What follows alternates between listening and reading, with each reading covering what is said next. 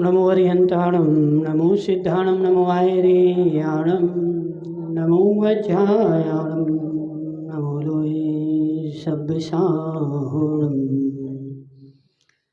पंच परमेष्टि भगवान की अनंत अनंत सिद्ध परमेष्टि भगवान की 1008 देवादिदेव पाशुपूज्य भगवान की 1008 देवादिदेव श्री राम भगवान की आचार्य भगवान रवि सेन स्वामी की आचार्य भगवान विद्यासागर जी महाराज की आचार्य भगवान विशुद्ध सागर जी महाराज की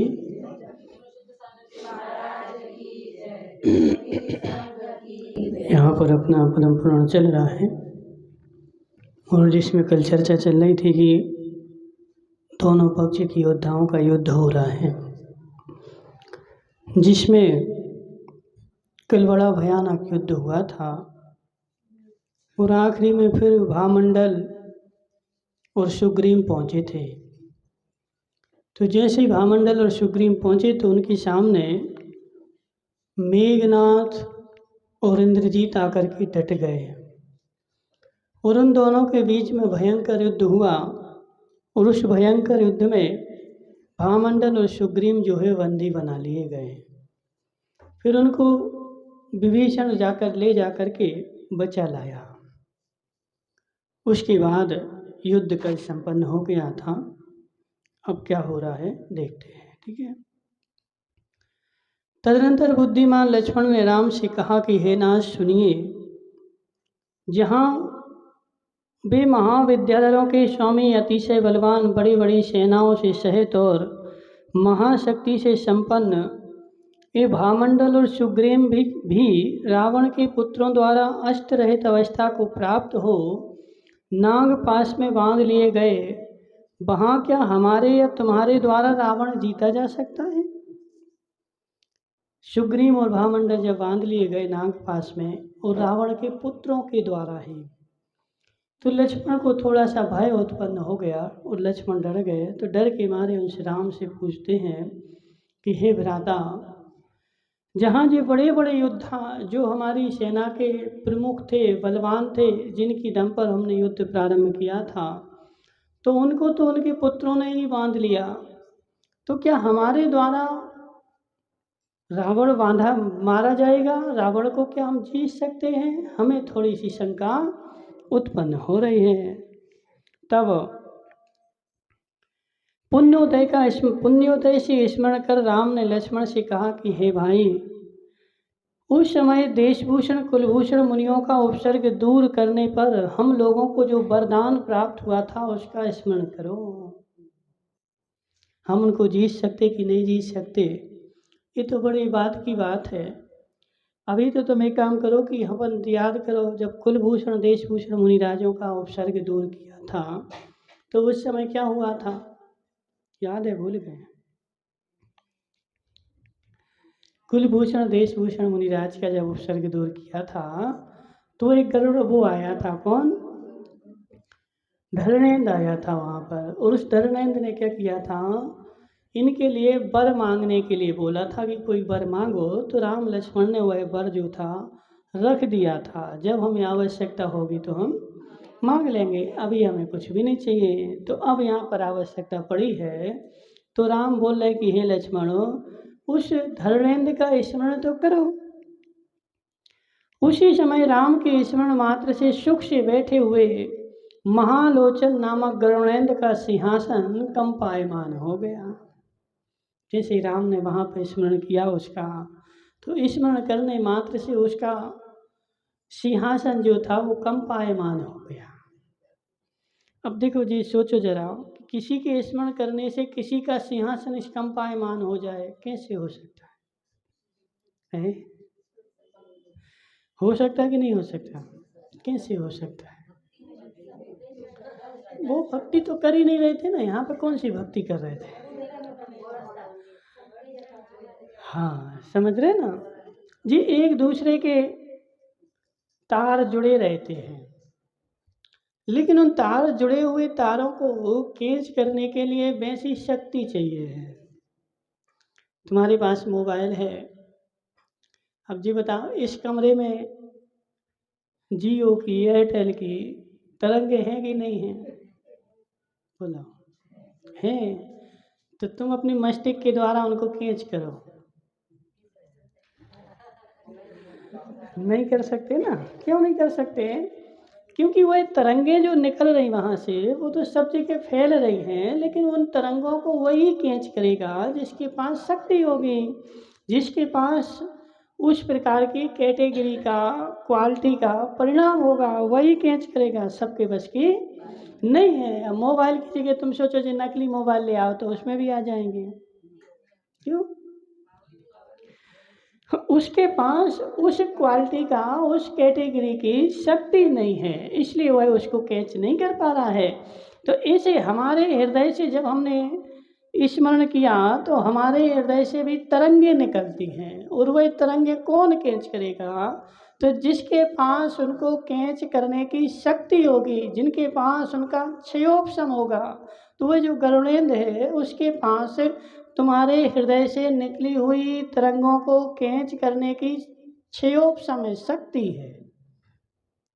समझ रहे ना? और हमारे पास क्षयोपशम नहीं है, शक्ति नहीं है, तो हम क्या करते हैं, किसी के मन का या किसी की तरंगों को कैच नहीं कर पाते। मन पर यह ज्ञानी जीव है, तो मना पर यह ज्ञानी क्या करते हैं बताओ? दूसरे के मन में स्थित चिंतित, अचिंतित, अर्धचिंतित पदार्थ को जो जानता है उसका नाम मन पर्याय ज्ञान होता है। अब ये बताओ कि दूसरे के मन में जो स्थित है, बिना स्थित के क्यों नहीं जानता? जब उसने सोचा ही नहीं है और अपने मन में उसको स्थित किया नहीं है तो वो उसकी तरंगें निकलेंगी ही नहीं। तो मन पर यह ज्ञान क्या करता है, तुम्हारे मन में तुमने जो सोचा है, तो जैसे ही सोचा तो वो तरंगें निकली ना, वो हलचल हुई, और जब हलचल हुई तो उन हलचल का आश्रय पा करके उसने उस पदार्थ को जान लिया। गाय वाली अम्मा तुम भी जानो, ये सुजल की अम्मा क्या जान सोच रही है? बताओ क्या सोच रही हो? तो बोल रही वो चाय बनाने के लिए सोच रही है।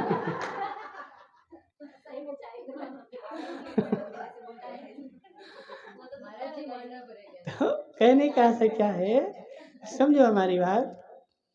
तो जो मन पर यह ज्ञान क्या होता है, मन पर यह ज्ञान भी तो एक ज्ञान का ही तो भेद है। ज्ञान का भेद है मतलब एक क्षयोपशम ही तो है। तो उस कैटेगरी का क्षयोपशम है कि उन तरंगों को वह पकड़ सकता है। ठीक है। अब मन पर यह ज्ञान को छोड़ दो, बात दूसरी बात है। ठीक है। अब वर्तमान में जैसे विमल सागर महाराज हुए, किसने देखा उनको बताओ? जी ने देखा है? आचार्य विमल सागर महाराज देखा है? तो इस काल में तो मन पर यह ज्ञान नहीं होता है। ठीक है।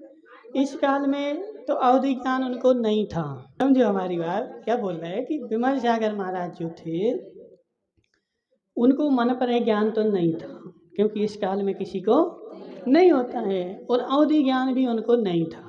ठीक है। उनको केवल ज्ञान भी उनको नहीं था। कौन सा ज्ञान था उनके पास? मति ज्ञान, श्रुत ज्ञान ही था। और मति श्रुत ज्ञान के बल पर वह भी दूसरे के क्या सोच रहा है, क्या लेकर के आया है, वो सब बता देते थे। हैं? नहीं, तुम्हारे यहाँ की एक घटना है। एक आदमी ने तुम्हारे यहाँ के हमें बताया, बोले महाराज जी 1996 नहीं 94-93 की बात बता रहा था वो। बोले हम यहीं का है घाटोल का ही। वो शिखर जी गया था, उस समय महाराज जी शिखर जी में थे। हैं? हैं? हाँ, चौरा जो भी हो, सन नहीं हमें पता। तो उस समय वो महाराज जी वहाँ बैठे थे, तो विमल सागर महाराज जो है वह छत पे बैठे थे। गर्मी का समय था, वो दीवार थी ना, दीवार पे बैठे थे, अकेले बैठे थे। तो बोले हम उनके पास गए, महाराज के दर्शन करे। तो महाराज ने बोला तुम चिंतित लग रहे हो। बोले महाराज जी हाँ चिंता है हमें। बोले तुम्हें धन की चिंता सताए जा रही है कि हमारे पास धन आएगा कि नहीं आएगा। तो बोले हमने कुछ भी नहीं बोला। महाराज ने सामने से बोला कि तुम चिंता नहीं करो, जब तुम्हारा बेटा 22 साल का होगा और तुम्हारे पास धन बरसेगा। वही दो तुम्हारे दो बेटे हैं, उन्होंने ही बता दिया, तुम्हारे दो बेटे हैं और तुम्हारे दोनों बेटों जब बड़े हो जाएंगे, 22 साल के होंगे, तो उन बेटों के निमित्त से तुम्हारे घर में धन बरसेगा। तुम किंचित मात्र भी टेंशन नहीं करो। तुम एक काम करो, बाहर जाओ, गेट पे एक गाय खड़ी है, देख के आओ। महाराज अंदर थे। हाँ महाराज, खड़ी है गाय, क्या करना है? उसने जो नारियल चढ़ाया था, महाराज ने बोला इसको फोड़ दो। उसको फोड़ा, उसके 2 टुकड़े हो गए। बोले आधा नारियल तुम गाय को खिला देना बाहर खड़ी जो, और आधा नारियल तुम अपने बेटे को खिला देना। तुम्हारे बेटे जब 22 साल के होंगे तो तुम्हारे यहाँ धन बरसने लगेगा। और उसने स्वयं हमें आके बताया, बोले महाराज जी 2014 में हमारे बेटे 22 के हो गए थे, तो 2014 के बाद से हमारे घर में धन बरस रहा है। तो ऐसा महाराज ने हमें कब बताया था? 20 साल पहले बता दिया था। तो कहने का से हमारा क्या है कि उनको अवधि ज्ञान नहीं था, मन पर एक ज्ञान नहीं था। उनके पास क्या था? मति श्रुत ज्ञान ही था। तो मति श्रुत ज्ञान का क्षयोपशम भी उनको उस कैटेगरी का था कि वो भविष्य की भी जान लेते थे, निमित्तों के द्वारा आगे का सब कुछ बता देते थे, इसलिए उनको निमित्त ज्ञानी बोलते थे। तो ये मति श्रुत ज्ञान का ही क्षयोपशम है। क्षयोपशम मतलब उनको तुम्हारे हृदय की उन तरंगों को पकड़ने की शक्ति थी, ठीक है। लेकिन हमारे पास आज वर्तमान में नहीं बची। क्यों नहीं बची? क्योंकि मोबाइल जो है खराब हो गया। कई बार देखो, पहले के ज़माने में जब वो एंटीना आता था, एंटीना लगाते थे छत पे, तो जब नया एंटीना लगाते तो टीवी जो थी वो साफ चलती थी। लेकिन जैसे 2-5 साल का एंटीना हो जाए तो वो टीवी साफ नहीं चलती थी। अब क्या करें? तो बोले दूसरा एंटीना लाओ। क्यों लाओ? क्योंकि उसमें जो तरंगे थी ना, उन तरंगों को पकड़ने की शक्ति जो थी नाश हो गई थी। तो ऐसे जो तरंगों को पकड़ने के लिए विज्ञान ने जो मशीनें बनाई हैं, ऐसे ही इन तरंगों को पकड़ने की जो शक्ति है, उसी का नाम हमारा ज्ञान है। जिसके पास जितनी कैटेगरी की तरंगें पकड़ने का ज्ञान है, उतना उतना उसके पास 6 ऑप्शन है। अब केवल ज्ञानी है, उनके पास 3.5 लोक की तरंगों को पकड़ने का ज्ञान है। जिससे 48 रिद्धियाँ होती ना, 48 रिद्धियों में धूर घ्राणत्व शक्ति भी एक होती है। उसमें क्या होता है कि 1 करोड़ लोगों का युद्ध हो रहा है। 1 करोड़ लोगों के युद्ध में लोग आपस में बातें कर रहे हैं, तो मुनिराज यहाँ बैठे वो बता देंगे कि वो आदमी क्या बातें कर रहा है। तुम बता सकते क्या? तो दूर घ्राणत्व शक्ति के द्वारा वह उस पर्टिकुलर व्यक्ति की बात को सुन सकते हैं। 1 करोड़ के लोगों के बीच में यहाँ से हजारों योजन दूर बैठे आदमी की बात को सुन सकते हैं। जैसे घ्राण इंद्री का क्षेत्रफल कितना है बताओ? तो घ्राण इंद्री के 9 योजन में यदि अपन लेते हैं, तो 1 योजन को यदि छोटे योजन से भी मांगे तो 12 किलोमीटर हो गया। तो 12 इंटू 9 कितने हो गए? 108। यानी वो 108 किलोमीटर दूर बैठे आदमी क्या बोल रहा है उसको सुन सकते हैं। यानी वो सुनाई नहीं देता, लेकिन जिनको घ्राण इंद्रिय का कर्ण इंद्रिय का उत्कृष्ट क्षेत्रफल है, वह 108 किलोमीटर दूर बैठा आदमी क्या बोल रहा है उसकी आवाज़ बिना किसी मशीन के सुन सकते हैं। तो ये क्या है? घ्राण इंद्रिय का क्षेत्रफल है। घ्राण इंद्रिय का क्षेत्रफल मतलब मति श्रुत ज्ञान का क्षेत्रफल इतना तीव्र है, ठीक है। तो ये चीज़ बात अपनी क्या चल रही थी कि ये तरंगों को पकड़ सकते हैं। तो जैसे यहाँ पर राम ने अपने हृदय से तरंगें निकाली, उस गरुड़ेंद्र को जैसे ही स्मरण किया, तो गरुड़ेंद्र का स्मरण किया, तो वहाँ गरुड़ेंद्र का आसन कंपायमान होने लगा कि ये क्या हो रहा है, कौन मेरा कैसे आसन कंपा रहा है। तो उसने तुरंत अपनी शक्ति से जाना कि ये जो है राम विपत्ति में है और मुझे याद कर रहे हैं, बुला रहे हैं। तो उसने क्या किया? गरुड़ेंद्र ने शीघ्र ही 2 विद्याओं के साथ अपना चिंता वेग नाम का देव भेजा। तो अपनी 2 विद्याएं दे दी और चिंता वेग नाम के देव को राम के पास भेज दिया। वहाँ जाकर जिसने आदर के साथ कुशल संदेश सुनाया, आदर के साथ सुनाए, ऐसे नहीं सुनाया, लठ नहीं पटक दिया, समझ रहे? देखो जी, अभी ऋषि पद्म पुराण में निकला था कि आदर सम्मान जो होता है वो कुलीन पुरुषों की संपत्ति है। कुलीन पुरुष की संपत्ति क्या है बताओ महाराज? 1 करोड़, 100 करोड़, 10 करोड़ नहीं।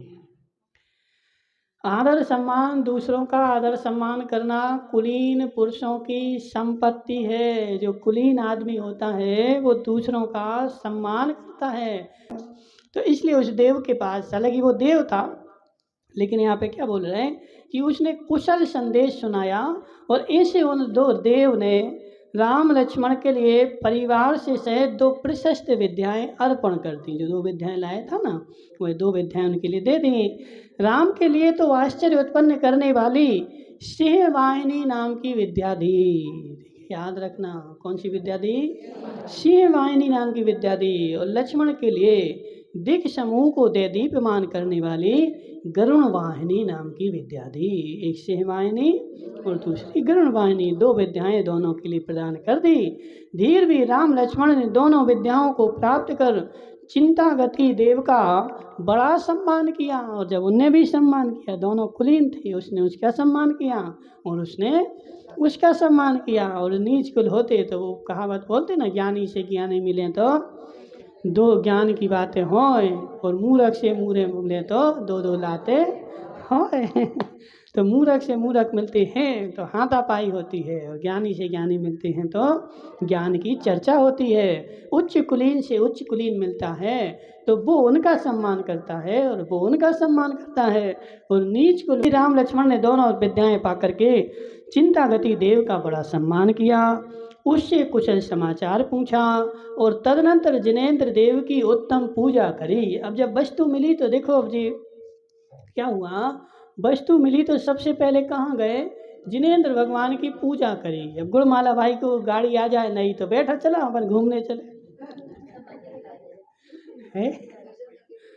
तो ऐसा नहीं करना चाहिए। जब अपने पास कोई भी नई वस्तु मिलती है, कुछ मिलता है, ठीक है, तुम्हें खुशी मनाना है, प्रसन्नता हुई है, अच्छी बात है, लेकिन उस प्रसन्नता को सबसे पहले जिनेंद्र भगवान के पूजा अभिषेक करके वहाँ से शुरू करना चाहिए। कुछ भी काम हो तो पहले नई वस्तु आई है तो क्या करो, भगवान की पूजा नहीं छोड़ना है। उत्तम गुणों के ग्रहण करने में तत्पर रहने वाले राम लक्ष्मण ने योग अवसर प्राप्त कर गरुड़ेंद्र के उस उत्तम प्रसाद को बड़े हर्ष से स्तुति की प्रशंसा करी। उस गरुड़ेंद्र की भी प्रशंसा करी कि जिसने हमें यह विद्याएं प्रदान करी हैं। उत्तम शोभा को धारण करने वाले राम लक्ष्मण ने उसी समय वारुणास्त्र, अग्नियास्त्र तथा वायव्यास्त्र आदि हजारों देवोपनीत देदीप्यमान शस्त्र सामने खड़े देखे और उस देव ने वे सारे शस्त्र उनके लिए प्रदान कर दिए। अभी तक राम लक्ष्मण के पास ये सारे शस्त्र नहीं थे जो भामंडल और सुग्रीव के पास थे। ये सब कल वो चला के आए ना, वरुणास्त्र, अग्नियास्त्र, वायव्यास्त्र, ये अभी राम लक्ष्मण के पास नहीं थे। तो वो 2 तो उसने विद्याएं दी हैं और 2 विद्याओं के साथ साथ हजारों शस्त्र भी उनको प्रदान करे हैं। जो सामने खड़े थे तो राम लक्ष्मण ने उन हजारों शस्त्रों को स्वीकार कर लिया और सुंदर चमरों से सुशोभित चमर भी ढो रहे थे। आज तुम लोगों ने ढोरे ना 64 चमर, एक रस्सी में ला करके बांध दिए, सबने उन्हें उतार लिया। तो जी चमर जो है ना, चमर वास्तव में विभूति का प्रतीक होते हैं। जी जो बड़ी बड़ी विद्याएं होती हैं इनके ऊपर भी चमर ढोरते हैं। राम लक्ष्मण के ऊपर भी चमर ढोरते हैं, चक्रवर्ती के ऊपर भी चमर ढोरते हैं, लेकिन इन सारे चमरों की गिनती रहती है। चक्रवर्ती के ऊपर कितने चमर ढोरते बताओ? चक्रवर्ती के ऊपर 32 चमर ढोरते हैं। ठीक है, जो चक्रवर्ती जहाँ जहाँ बैठता है तो 32 चमर उनके ऊपर ढोरते हैं। और तीर्थंकर जो होता है उनके ऊपर 64 चमर ढोरते। तो कौन ढोरे 64 चमर? नहीं, बड़े बड़े देव, बड़े बड़े इंद्र आते हैं और भक्ति से वशीभूत होकर के तीर्थंकर भगवान के ऊपर चमर ढोरते हैं, भक्ति के वशीभूत, जबरदस्ती नहीं। तो इस चक्रवर्ती के ऊपर भी जो चमर ढोरते हैं वो बड़े बड़े राजा महाराजा आकर के और उनके ऊपर 32 चमर ढोरते हैं। आज तो कहने का आशय क्या है कि जो विभूतियाँ उनके पास आई थी, जो विद्याएं उनके पास आई थी, उन विद्याओं के ऊपर भी चमर ढुर रहे थे। ठीक है, सुंदर चमरों से सुशोभित चंद्रमा और सूर्य के समान छत्र तथा अपनी कांति से आच्छादित अनेक रत्न भी उस देव ने उनको प्रदान किए। तो अकेले विद्याएं नहीं दी थी, बहुत सारे जो है रत्न भी उनके लिए दिए थे। विद्युत वक्त्र नामक गदा लक्ष्मण को प्रदान की और दैत्यों को भय उत्पन्न करने वाले हल मूसल नामक शास्त्र राम को प्रदान किए। तो कौन सी? विद्युत वक्त्र जी एक गदा थी, वह किसको दी? लक्ष्मण को दी। ठीक है ना। और राम के लिए क्या दिया?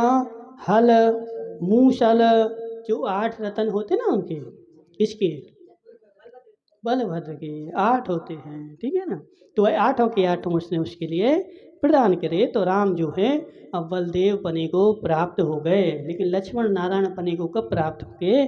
जब उनके हाथ में चक्र आएगा। अभी चक्र नहीं आया। चक्र कहाँ है? अभी रावण के पास है। ठीक है। इस प्रकार वह देव राम लक्ष्मण के साथ हर्ष पूर्वक मिलकर तथा परम महिमा को प्राप्त होकर उन्हें सैकड़ों आशीर्वाद देता हुआ अपने स्थान को चला गया। गौतम स्वामी कहते हैं कि हे राजा सैनिक, जो योग्य समय पर प्रशंसनीय तथा अनुपम फल की प्राप्ति होती है, वह विधि पूर्वक किए हुए निर्दोष धर्म का ही फल है। जो समय पर वस्तु मिल जाए, यह तुम्हारे धर्म का फल है। बिना समय पर वस्तु मिल जाए, यह तो अधर्म का फल है। सम्यक दृष्टि का पुण्य संसार में नहीं घुमाता, मिथ्या दृष्टि का पुण्य संसार में घुमाता है। तो यही तो हो गया। अब तुम लोगों को संपत्ति मिली है, तो तुम लोग क्या कर रहे हैं? जोड़ जोड़ के रख रहे, नए नए मकान बना रहे, घूमने जा रहे। तो वो संपत्ति तुम्हारी क्या हो रही है? पाप का बंध करा रही है। नए नए मकान बना लो और बना लो, क्या होगा उससे? समझ रहे ना। योग्य समय पर वस्तु मिले, योग्य समय पर वस्तु प्राप्त हो जाए, वास्तव में यही तुम्हारे धर्म का फल है। तुमने पूर्व भाव में यहाँ पे लिखा ना, निर्दोष धर्म का फल है। तो एक सदोष धर्म हो गया और एक निर्दोष धर्म हो गया। तो निर्दोष धर्म और सदोष धर्म में क्या भेद है? बोलो सुजल की अम्मा। निर्दोष धर्म और सदोष धर्म में क्या अंतर है? महेश सेठ, कौन सा दोष रहे? पूर्व भाव में तुमने धर्म किया था और धर्म कर करके इच्छा अपेक्षाएं साथ में करी थी। हे भगवान, हम शांति धारा कर रहे हैं, हमारे बेटे की नौकरी लग जाए। हे भगवान, हमने आज पूजा कर दी, हमारी बहू बात मान जाए। हे भगवान, आज हम इतने दिन से मंदिर आ रहे हैं, अष्टांगिका में हमने विधान किया, अब हमारा ऐसा काम हो जाए। तो ये जो तुमने धर्म किया है ना, ये सदोष धर्म है। अब ऐसा नहीं बोल रहे कि तुमने धर्म किया तो तुम्हारा बेकार जाएगा, तुमने भगवान सिद्ध चक्र किया तो तुम्हारा बेकार जाएगा। बेकार नहीं जाएगा, अगले भाव में उसका फल तो मिलेगा, लेकिन वह फल जो है तुम्हारा अवसर पे काम नहीं आएगा। तुम जब जन्मोगे तो जन्म के साथ ही तुम्हें संपत्ति मिल जाएगी, और वह संपत्ति जो है वह तुम्हें संसार में रुलाएगी, संसार में भटकाएगी। तुम्हें संपत्ति मिल जाएगी, तुम क्या करोगे? तो 1000 साड़ियाँ ला करके और पेटी बंद करके रखोगे है। हाँ, तो 1000 साड़ी लाए, पलंग पेटी में रख दिए। काहे से लाए? बिना पैसों के तो लाए नहीं, पैसों से लाए। लेकिन वो किस काम की हैं? तो पाप बंद का साधन है। तो समय पे वस्तु मिल जाए। रोशन भाई कहीं जा रही थी घूमने के लिए, और रास्ते में इनकी गाड़ी खराब हो गई। लेकिन कहाँ खराब हुई? बीच जंगल में, जहाँ कोई भी आदमी निकलता नहीं, घनघोर जंगल है, और शेर हाथी सब वहाँ पर रहते हैं, और बीच जंगल में इनकी गाड़ी जो है खराब हो गई। अब ऐसे अवसर पर इनको दूसरी गाड़ी कहीं से आती हुई मिल जाए तो समझना मैंने पूर्व भाव में निर्दोष धर्म किया था। उस निर्दोष धर्म के फलस्वरूप मुझे यह वस्तु मिली है। समझना? तो निर्दोष धर्म किया ना। अब राम लक्ष्मण बीच में फंसे थे, युद्ध शुरू हो ही गया था और युद्ध शुरू होने के बाद इनके पास तो लक्ष्मण को शंका हो गई, अब मैं इनसे जीतूंगा कि नहीं जीतूंगा, हमारे पास तो विद्याएं भी नहीं है। तो इस समय पर आकर के इनको सैकड़ों रत्न, 2 विद्याएं, अस्त्र शस्त्र बहुत सारे देवता ने आकर के दे दिए। तो यह इनके पूर्व काल के निर्दोष धर्म का फल है। और यदि सदोष धर्म किया होता तो पूर्व में ही मिल गई होती। कि अपन लोग धर्म तो कर रहे हैं, देखो सब धर्म कर रहे हैं, ऐसा नहीं कि नहीं कर रहे हैं, लेकिन हम लोग निर्दोष धर्म कर रहे हैं कि सदोष धर्म कर रहे हैं। यदि सदोष धर्म में लगे हुए हो तो वह सदोष धर्म का फल नहीं मिलेगा, ऐसा नहीं बोल रहे, फल तो मिलेगा, लेकिन वह फल जो है तुम्हारे लिए समय पे नहीं मिलेगा। भगवान पारसनाथ भगवान तपस्या के लिए बैठे, लेकिन उनके ऊपर कमर जो था 10-10 भवों से उपसर्ग कर रहा था, लेकिन उन्होंने एक भी भव में ऐसी इच्छा नहीं करी कि हे भगवान यह कमठ जो है नाश को प्राप्त हो जाए, बार बार मेरे ऊपर उपसर्ग करता है। और जिस काल में तीर्थंकर बनना था तो तीर्थंकर बनने के एक अंतर मुहूर्त पहले वह बैठे हैं तपस्या करने, और वह कमठ जो है उपसर्ग कर रहा है, शिला पटक रहा है, अग्नि पटक रहा है, और क्या पानी, ओले शोले, पत्थर जितने थे उसने सब पटके, लेकिन फिर भी पारसनाथ ने किसी प्रकार की इच्छा नहीं करी। और वहाँ पर उनके पास कौन आ गया, तो वह धर्मेंद्र ने आकर के उनकी उस समय रक्षा करी जब केवल ज्ञान होने वाला था, और एक अंतर मुहूर्त में उनको केवल ज्ञान हो गया। यह उनके निर्दोष धर्म का फल है।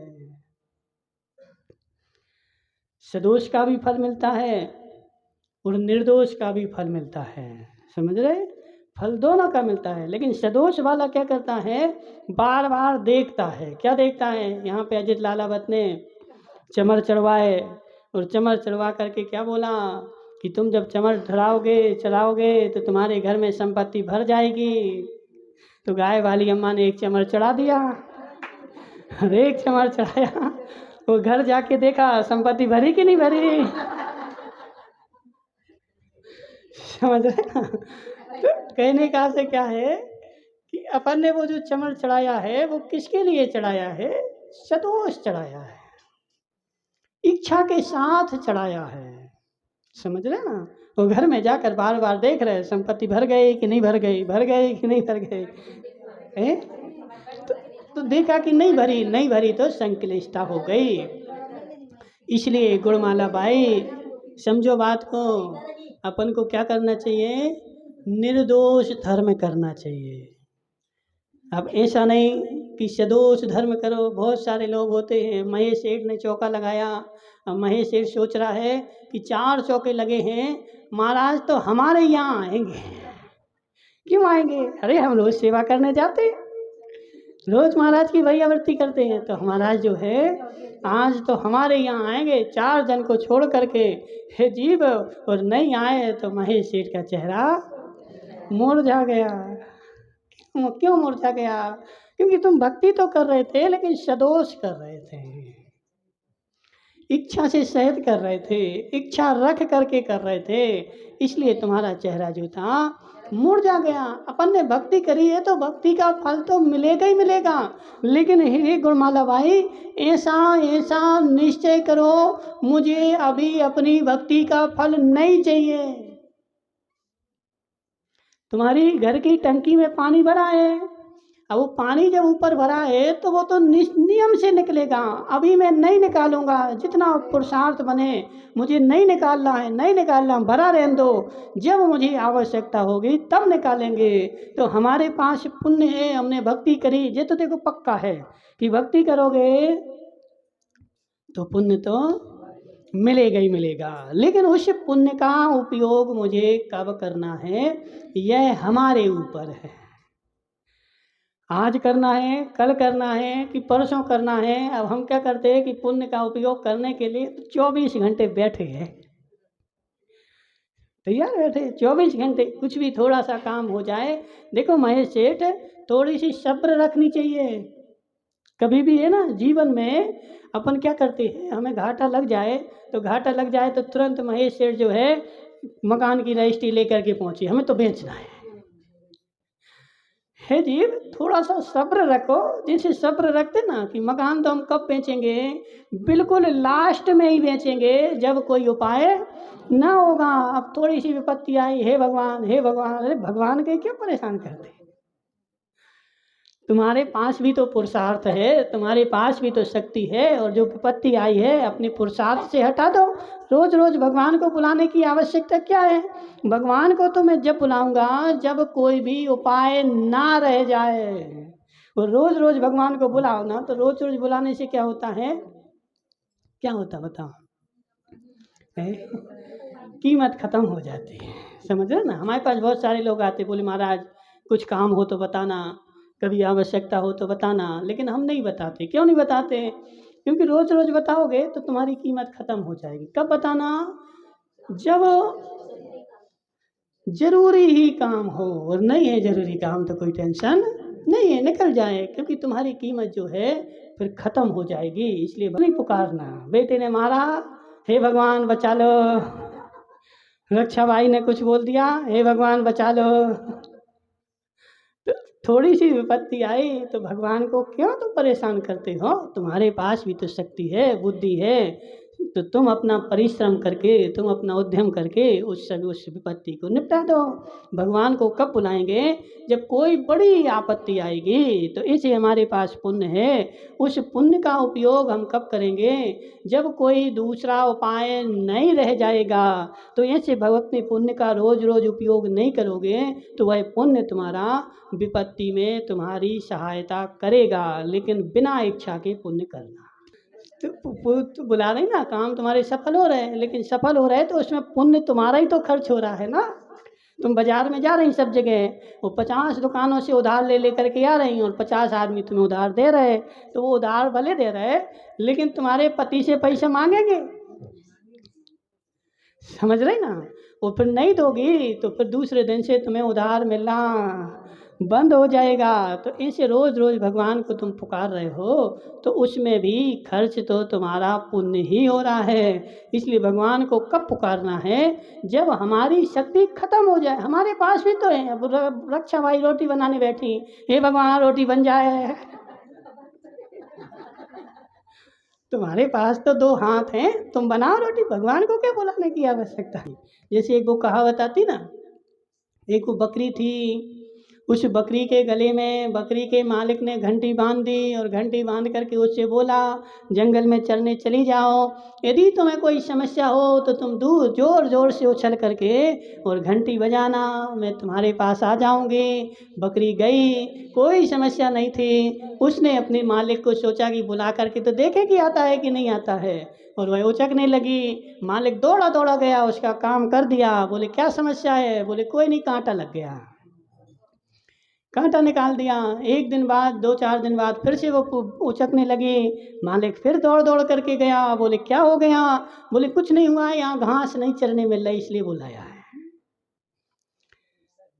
तीसरी बार शेर आ गया, और जैसे ही शेर आया अब वो जोर जोर से उचक रही। अब मालिक सोच रहा है क्या, अरे वो तो कुछ ऐसी मस्ती कर रही होगी। और तीसरी बार गया ही नहीं और शेर ने आकर के उसको खा लिया। तो ऐसे तुम रोज रोज क्यों भगवान को बुला रहे हैं, हे भगवान बचा लो, हे भगवान बचा लो। तो भगवान भी सोचे अरे वो तो बुलाता ही रहता है, समझ रहे ना। तो भगवान को कब बुलाना है?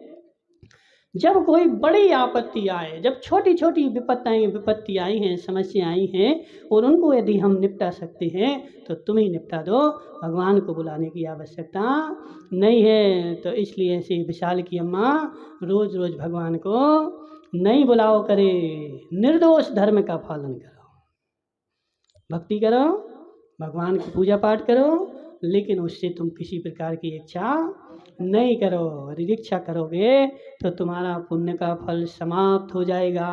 फिर बाद में तुम सोचोगे कुछ मिले, तो कुछ मिलने वाला नहीं है। तो यहाँ पे लिखा ना, विधि पूर्वक किए हुए निर्दोष धर्म का ही फल है। जो ज़रूरत पड़ने पर जो वस्तु हमें प्राप्त होती है वह निर्दोष धर्म का फल है। ऐसा धीर वीर मनुष्यों को जानना चाहिए। जी हम नहीं बोल रहे, कौन बोल रहा है? कौन बोल रहा है? गौतम स्वामी राजा सैनिक को बता रहे हैं कि हे राजा सैनिक, धीर वीर मनुष्यों को ऐसा जानना चाहिए। जो अधीर है वो बेचारा तो कोई मतलब ही नहीं, ठीक है, लेकिन जो धीर वीर है वह दृढ़ता रखता है। धर्म से वह फल प्राप्त होता है जिसे पाकर मनुष्य उत्तम हर्ष से युक्त होता है।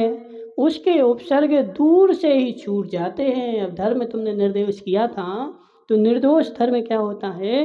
तुम्हारे ऊपर आए हुए उपसर्गों को दूर से ही नष्ट कर देता है, ठीक है। अब क्या सोचते, अरे भगवान ने क्या दिया हमें, भगवान ने क्या किया? तो वो तुमने जो धर्म किया था तो उस किए हुए धर्म से दूर से आते हुए उपसर्ग ही तुम्हारे नष्ट हो गए। अब गाय वाली अम्मा भगवान का सिद्ध चक मंडल विधान करके गई थी, वो रोड पे जो थी गिर पड़ी। अरे हम तो बलिदान करके आए, कैसे गिर पड़े, क्या किया भगवान ने? कुछ नहीं किया। अरे हे जीव, हो सकता तुम्हारा वहाँ पे मरण ही होने वाला था। हाँ, रोड पे गिर पड़े ना, जो इतना कर्म तुम्हारा उदय में आने वाला था कि तुम वहाँ पर मरण को ही प्राप्त हो जाते। लेकिन वैसे किए हुए विधान से, किए हुए धर्म से तुम्हारा कम से कम मरण तो बच गया, थोड़े से गिर करके, और वह कर्म तुम्हारा निकल गया। तो ये धर्म का ही फल है। लेकिन हम जो निकल गया उसको नहीं देखते, जो हो गया उसको देखते हैं। हमें तो गिरने नहीं चाहिए, हमने तो धर्म किया है, ठीक है। प्रवीण की अम्मा लेके पहुंच कि धर्म से वह फल प्राप्त होता है जो जिसे पाकर मनुष्य उत्तम हर्ष से युक्त होते हैं। उनके उपसर्ग दूर से ही छूट जाते हैं और वे महाशक्ति से संपन्न हो सपर का कल्याण करने में समर्थ होते हैं।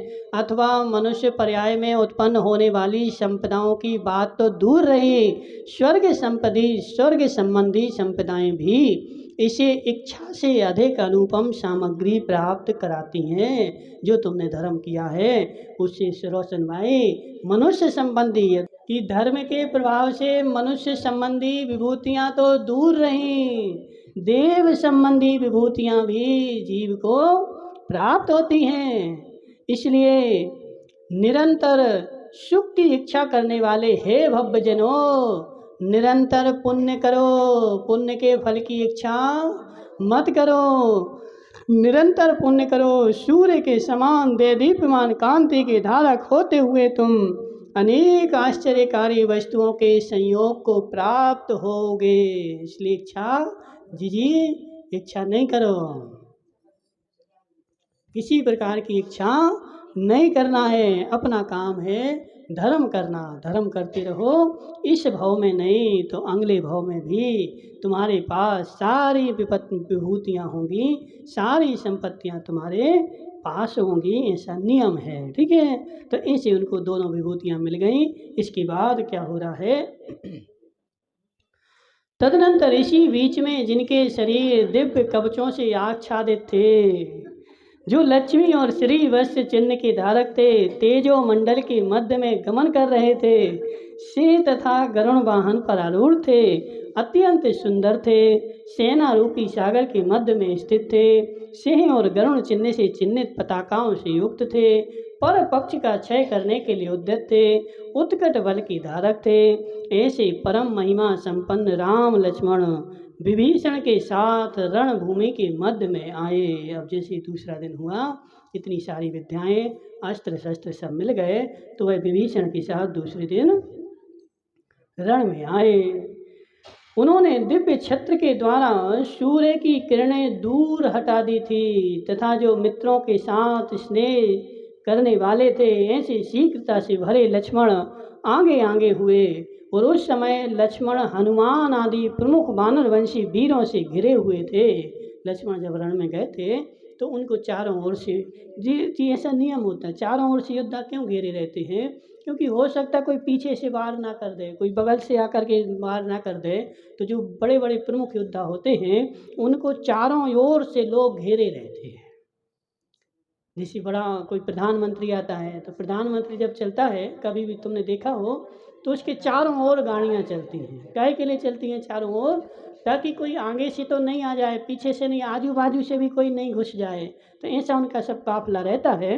तो जब इसे इतने से भारत देश के राजा का इतना बड़ा काफिला है, तीन तीन खंड के राजा का कितना बड़ा काफिला होगा, उसको भी सारे लोग चारों ओर से घेर करके चलते हैं। क्योंकि यदि प्रमुख ही मर जाए तो फिर सामान्य तो मरे मराए हैं।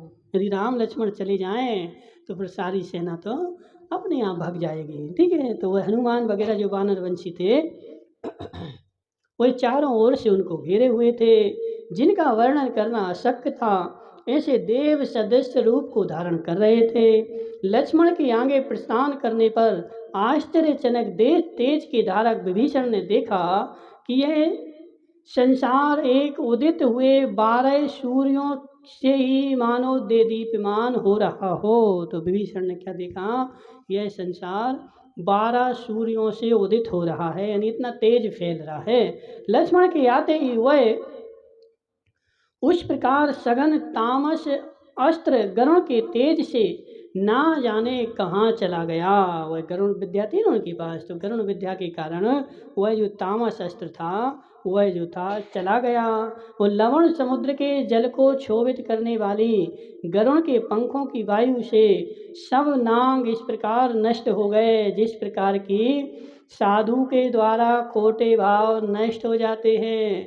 अब वह जो दोनों थे ना, किनको नांग लगे हुए थे? भामंडल और सुग्रीव को नागास्त्र से बांधा था। तो इनके पास गरुण विद्या थी, तो गरुण विद्या इनको उपयोग नहीं करनी पड़ी।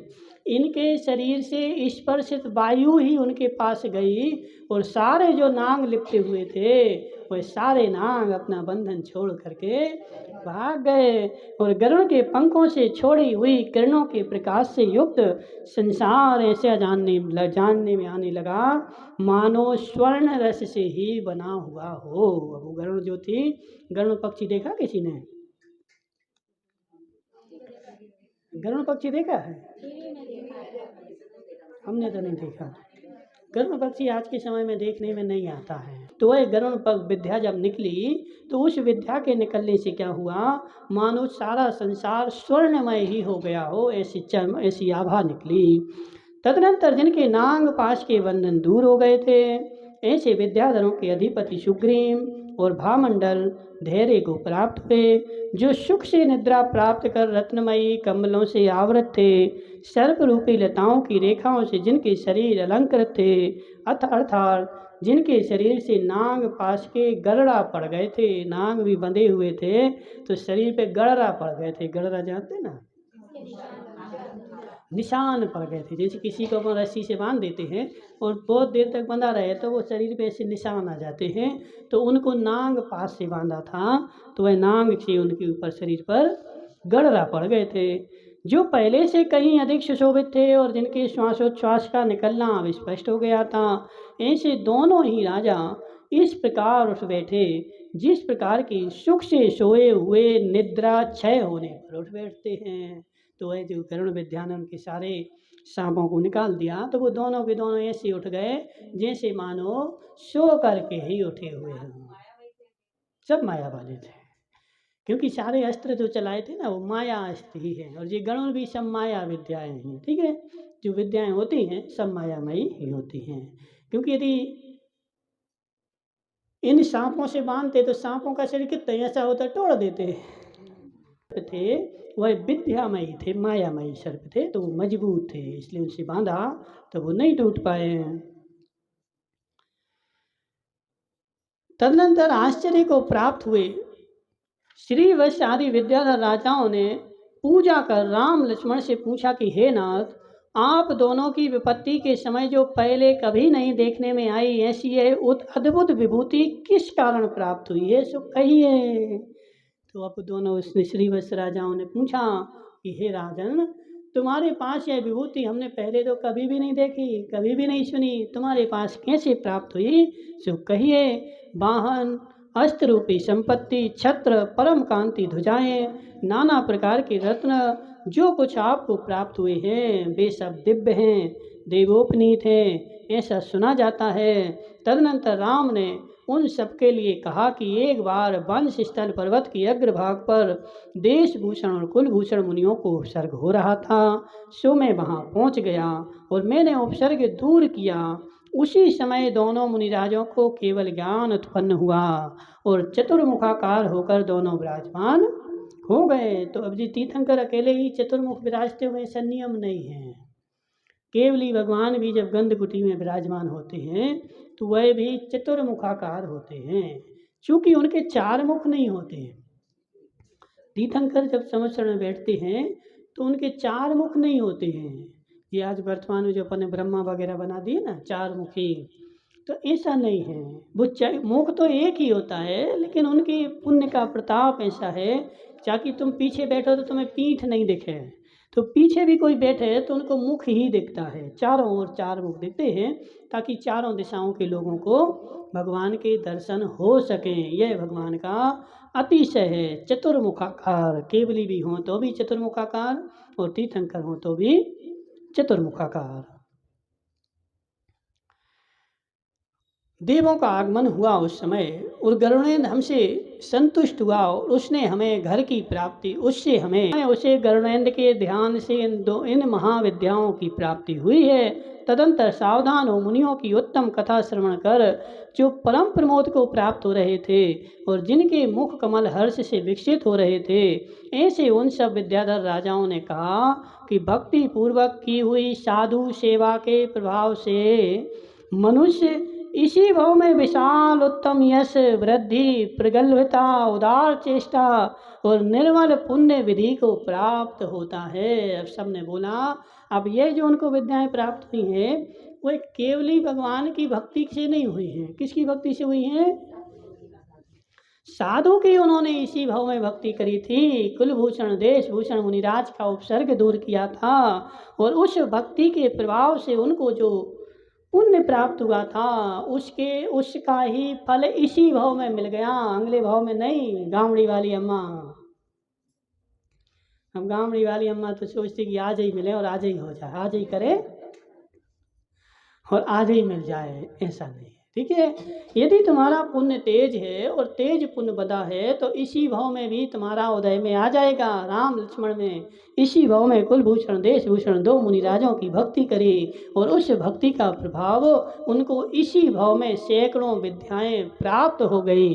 तो यह किसका फल है? साधु सेवा का प्रभाव है। इसलिए राम लक्ष्मण को विद्याएं प्राप्त हुई, वो किससे हुई हैं?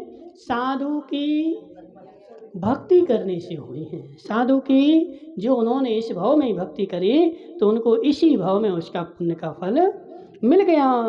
मुनिजन उत्तम बुद्धि को धर्म में लगाकर मनुष्यों का जैसा शुभोदय से उत्पन्न परम प्रिय हित करते हैं, वैसा हित ना माता करती है, ना पिता करता है और ना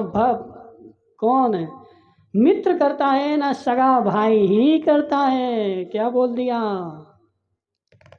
मुनिजन जीवों की जो उद्धार करते हैं, जो भला करते हैं, वैसा भला ना तो माता करती है, ना पुत्र करता है, ना पिता करता है, ना मित्र करता है, ना कोई तुम्हारा सगा संबंधी करता है। वैसा हित जो है कौन करता है?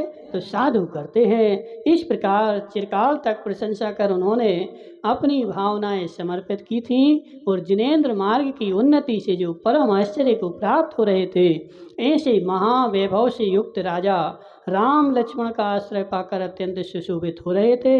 इस तरह भव्य जीव रूपी कमलों की उत्सव को करने वाली पवित्र कथा सुनकर जो हर्ष रूपी महारस के सागर में निमग्न हो गए, परम प्रीति को धारण कर रहे थे, ऐसे देवों के समान समस्त विद्याधर राजाओं ने विकसित कमलों के समान नेत्रों को धारण करने वाले, कैसे नेत्रों को धारण किया? विकसित कमल के जैसे। अपन को तो नींद आ जाती, निद्रा आ गई। जैसे ही कोई कथा प्रारंभ हुई तो हमारे कमल जो थे वो मुरझा गए मुरझा गए जी। बता रहे कि हमें उत्साह नहीं है। जब उन राजाओं को ये कथा सुनाई गई तो उन्होंने विकसित कमल के जैसे नेत्रों को करके और वह सारी कथा को श्रवण किया। एक क्षण के लिए भी उनको निद्रा नहीं आई। महापुरुषों की कथा पुण्य के बंध कराने वाली है। एक बार सुनो, 2 बार सुनो, 50 बार सुनो, जितने बार सुनोगे उतने बार तुम्हारे लिए पुण्य का बंध होगा। इसलिए अपने जीवन में महापुरुषों की कथा को सुनते रहना। ऐसा नहीं हमने तो सुन लिया, रोशन भाई महाराज आए प्रवचन दे रहे, काय पे प्रवचन दे रहे, बोले रत्न कर्ण चल रहे, हमें तो आता हमने तो सुन लिया है। ऐसा नहीं, 50 बार भी सुनाया जाए तो 50 बार सुनना है। क्यों?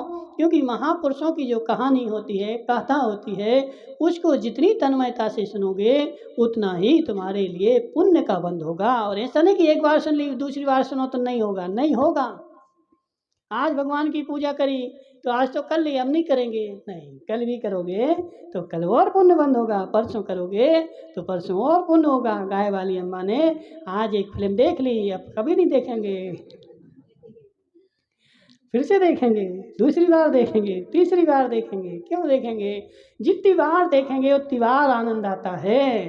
तो ऐसे महापुरुषों की कथा जितनी बार सुनते हैं उतनी बार हमारे लिए पुण्य का बंध होता है। तो ऐसे उन्होंने विकसित कमलों के जैसे उनकी कथा को सुना।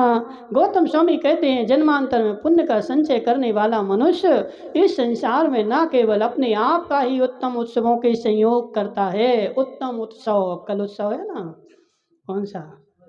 होली खेलेंगे सब जगह कल ही है तुम्हारे यहाँ परसों है, कोई दिक्कत नहीं, कल करो चाहे परसों करो, जब भी करो। तो जी एक होली का भी उत्सव है, ठीक है? तब होली खेलोगे कि नहीं खेलोगे? होली वगैरह जो है वास्तव में उत्सव ही है। देखो उत्सव अलग होते हैं और उत्सव के अलावा त्योहार अलग होते हैं, पर्व अलग होते हैं। तो इनमें अंतर क्या होता है कि जो कोई भगवान की घटना को लेकर के आता है उसका नाम होता है पर्व, ठीक है ना? कोई भगवान के ऊपर या किसी महापुरुष के ऊपर कोई घटना होती है, मोक्षगामी जीवों के ऊपर जो घटना होती है उसको अपन पर्व बोलते हैं। जैसे रक्षाबंधन पर्व है, तो होली जो है, होली पर्व नहीं है, क्या है? उत्सव है। डूंडो उत्सव मनाओगे तो जी सब उत्सव हैं। और उत्सवों का जो जो होता है वह धर्म से कोई भी संबंध नहीं होता है। और इनको यदि तुम धर्म से जोड़ोगे तो मिथ्यात हो जाएगा। एक दूसरे को रंग लगा रहे, खुशी खुशी लगा रहे। अब ये रंग जो लगाते हैं ना वो एक प्रेम का प्रतीक है, आप आपस में मेल मिलाप का प्रतीक है। जिनको अपन मिलते हैं तो रंग लगा देते हैं। तो रंग लगाना नहीं लगाना कोई दिक्कत नहीं, लगाओगे तो मिथ्यात नहीं होगा और नहीं लगाओगे तो सम्यक्त नहीं होगा। कोई बोले अरे रंग लगा दिया आज तो मिथ्या दृष्टि हो गया, मिथ्या दृष्टि। तो रंग लगाने से कोई मिथ्या दृष्टि नहीं होगा और रंग नहीं लगाने से कोई सम्यक दर्शन नहीं होता है। एक प्रेम के साथ अपन एक दूसरे को रंग लगाते हैं, लगा देते हैं, लेकिन यह कोई धर्म नहीं है। यदि इसको तुम धर्म मानोगे तो मिथ्यात हो जाएगा। और एक खेलने के लिए उत्सव कर रहे हैं तो खेल के लिए आनंद के साथ एक दूसरे को रंग होली में लगाते हैं, इसमें कोई दिक्कत नहीं है। लेकिन इसको धर्म नहीं मानना। गाय को रोटी खिलाई कोई दिक्कत नहीं, लेकिन उसको धर्म नहीं मानना कि हमने धर्म कर दिया। क्या किया है? एक करुणा करी है, ठीक, दया करी है, लेकिन उसका अपन ने धर्म नहीं किया। तो ऐसे होली में जो रंग लगाते हैं एक दूसरे को, इसमें भी कोई निषेध भी नहीं। अरे रंग लगा दिया हम तो मिथ्या दृष्टि हो गए, हम तो मिथ्या दृष्टि हो गए। बहुत सारे लोग बोले ना अरे रंग लगा दिया, नहीं रंग खेल रहा है, ये तो मिथ्या दृष्टि है। तो रंग लगाना और नहीं लगाना इसका सम्यक और मिथ्यात से कोई संबंध नहीं है। हम अपने आनंद के लिए रंग लगाते हैं, एक दूसरे को खेलते हैं। तो आज के समय एक दूसरे को रंग लगाया है तो रंग लगाने में कोई दिक्कत नहीं है, लेकिन उसको धर्म मानोगे तो महान दिक्कत है, ठीक है? तो धर्म मान के काम नहीं करना। क्या करना? एक उत्सव है, एक मनोरंजन है, मनोरंजन करके जिसको करना है तो कर सकता है, लेकिन धर्म मान करके नहीं करना है, ठीक है? तो यहाँ पे क्या बोला है कि उत्सवों के संयोग करता है, किंतु सूर्य के समान समस्त पदार्थों को दिखाकर अन्य लोगों का भी अत्यधिक वैभव के साथ संयोग कराता है। अर्थात पुण्यात्मा मनुष्य स्वयं वैभव को प्राप्त करता है और दूसरों को भी वैभव प्राप्त कराता है। पुण्यात्मा की संयोग करोगे तो तुम्हें भी वैभव मिलेगा और उनको भी वैभव मिलेगा, और पापी का संयोग करोगे तो तुम्हारा भी पुण्य क्षीण हो जाएगा। इसलिए पुण्यात्मा का संयोग करना। ओम नमः सिद्धिभ्याम।